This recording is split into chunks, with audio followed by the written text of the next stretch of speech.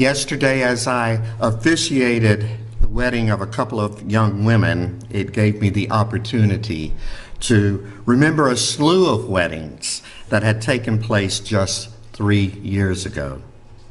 It was 3 years ago and a few months that marriage equality had finally become the law of the land.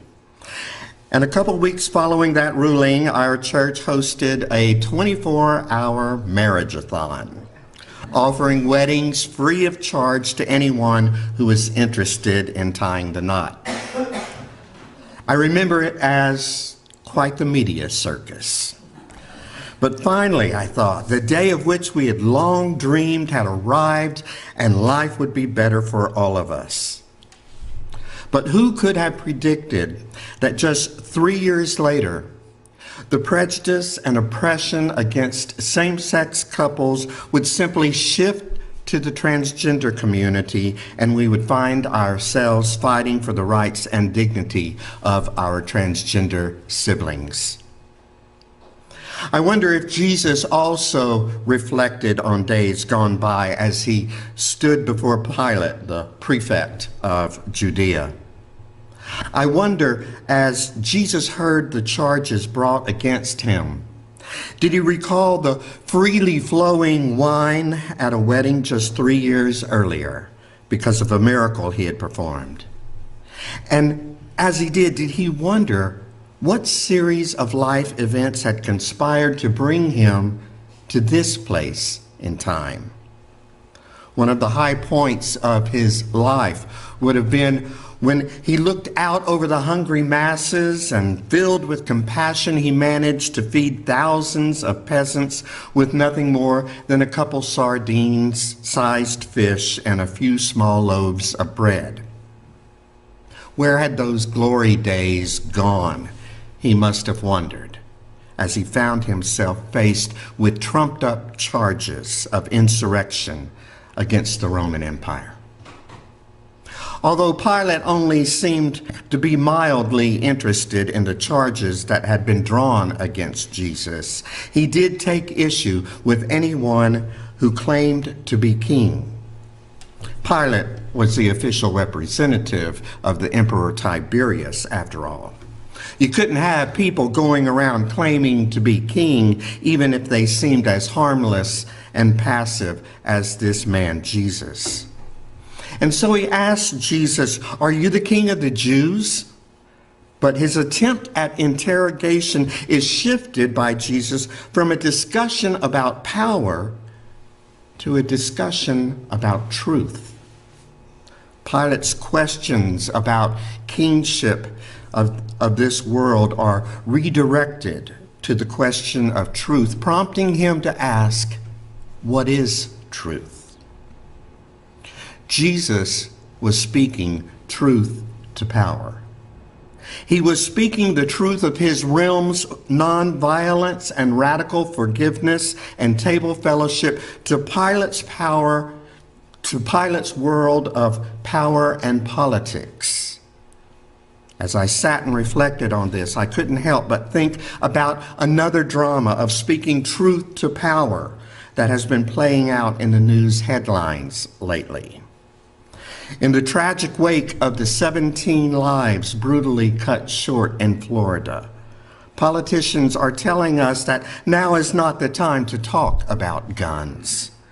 But our country's youth are no longer willing to risk their lives waiting for someone else to take action to stop the epidemic of mass school shootings that has become all too familiar. As I watched high school student Emma Gonzalez confront the National Rifle Association spokesperson, I couldn't help but see the similarities between the young girl's unlikely call for the banning of the purchase of semi-automatic and fully automatic weapons and Jesus's unlikely call to a world of peace, forgiveness, and nonviolence. As I watched 17-year-old Cameron Kasky confront Senator Marco Rubio and two other politicians in a way that few journalists have ever managed, asking, would you refuse to accept donations from the National Rifle Association in the future? I saw this student lay bare the inauthenticity of politicians in a way that had not been done before. Speaking truth to power is risky business, but I believe it's the business to which God calls us. Bible scholar Caroline Lewis says, working for God's kingdom feels like a rather futile determination. It's not just an uphill battle. It's unfeasible, even ridiculous, to think that our efforts and energies can turn a world around into the world God sees it can be. It is beyond hard to believe that we can stand up against the unacceptable. But we have to believe it. We just have to. To love fiercely, even in the face of fear.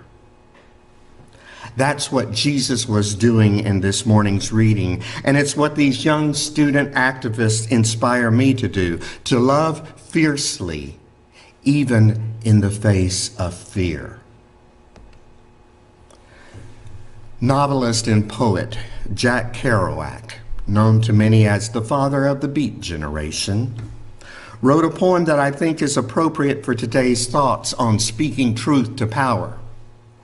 It's called Here's to the Crazy Ones, and it goes like this. Here's to the crazy ones, the misfits, the rebels, the troublemakers, the round pegs in square holes, the ones who see things differently. They're not fond of rules, and they have no respect for the status quo.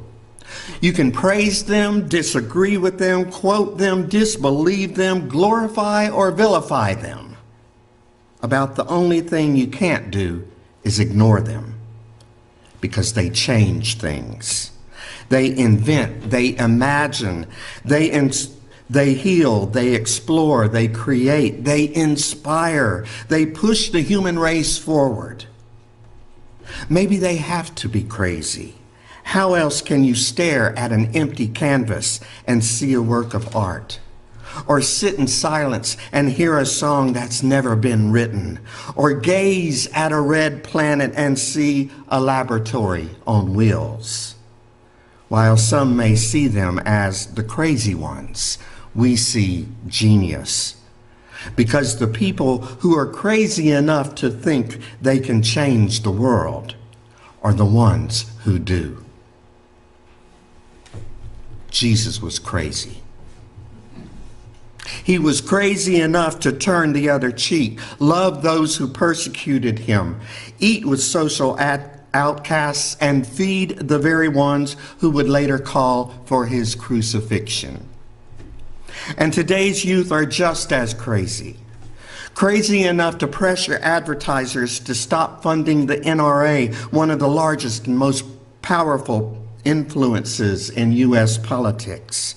Crazy enough to squeeze the president to propose a bump stock ban. Crazy enough to imagine a world without mass shootings. And that's just the sort of craziness to which God calls us. It's the realm of which Jesus spoke when he answered Pilate's question about kingdoms and power by saying, "My realm is not of this world." If we're looking for God's kingdom in the world of might makes right, we won't find it.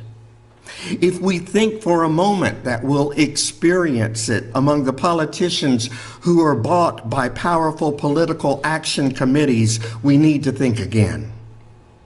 If you're looking for the realm of God, the worldview to which we are called, and the one which Jesus lived out, we'll find it when we forgive the one upon whom we would most like to take our revenge. That's where we'll find God. We will experience God's grace in acts of charity and spending time with people we would rather avoid. That's the upside-down kingdom to which we are called. A kingdom and a way of living that's nothing like the world to which we are accustomed. So which part of Jesus's upside-down kingdom have you stayed the farthest away from? His regular table fellowship with the least of these?